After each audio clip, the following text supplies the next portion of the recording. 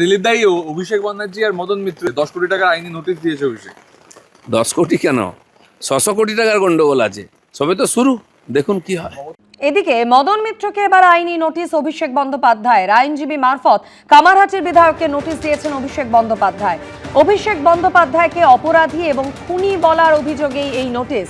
19শে July Facebook page থেকে live সম্প্রচারে অভিষেক বন্দ্যোপাধ্যায়কে আক্রমণ করেন মদন মিত্র। ফেসবুক লাইভে অভিষেক বন্দ্যোপাধ্যায়কে অপরাধী এবং খুনি বলে অভিযোগ করেন কামারহাটির বিধায়ক।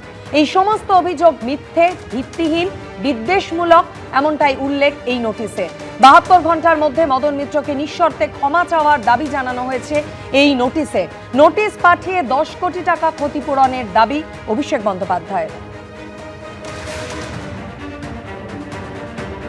আর এই প্রসঙ্গে কি বলেছেন দিলীপ ঘোষ, দেখুন। রিলিফ দায়ী অভিষেক ব্যানার্জি আর মদন মিত্র 10 কোটি টাকার আইনি নোটিশ দিয়েছে অভিষেক। 10 কোটি কেন, 600 কোটি টাকার গন্ডগোল আছে, সবে তো শুরু, দেখুন কি হয়।